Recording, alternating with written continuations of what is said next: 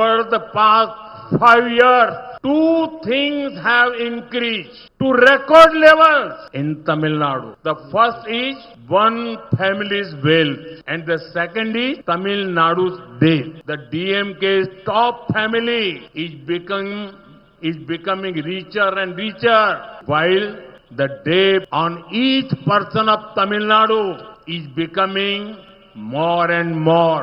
நண்பர்களே, கடந்த 5 ஆண்டுகளாக தமிழ்நாட்டிலே 2 விஷயங்கள் சாதனை அளவுகளை எட்டி இருக்கின்றன. முதலாவதாக ஒரு குடும்பத்தின் சொத்து, இரண்டாவது தமிழ்நாட்டின் கடன். தமிழ்நாட்டின் உச்சபட்ச குடும்பம் மேலும் மேலும் பணக்காரர்களாகி வருகின்றார்கள்.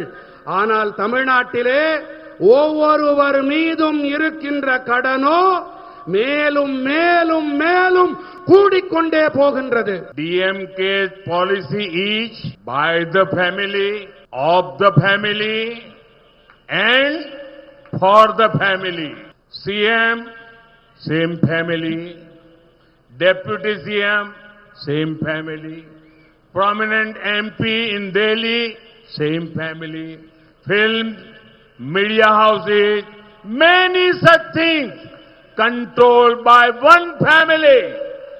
यहां तक कि डीएमके के सीनियर नेताओं को भी एक परिवार के जूनियर मोस्ट मेंबर्स के सामने झुकना पड़ रहा है. திமுகவின் கொள்கை என்ன? குடும்பத்திற்கு, குடும்பத்தால், குடும்பத்திற்காக, அவ்வளவுதான். முதலமைச்சர் அதே குடும்பம், துணை முதலமைச்சர் அதே குடும்பம், தில்லியில் இருக்கும் முக்கியமான எம்பிக்கள் அதே குடும்பம், திரைப்படங்கள், ஊடக நிறுவனங்கள், இப்படி பல துறைகளை ஒரே குடும்பம் தன் கட்டுப்பாட்டிலே வைத்திருக்கிறது.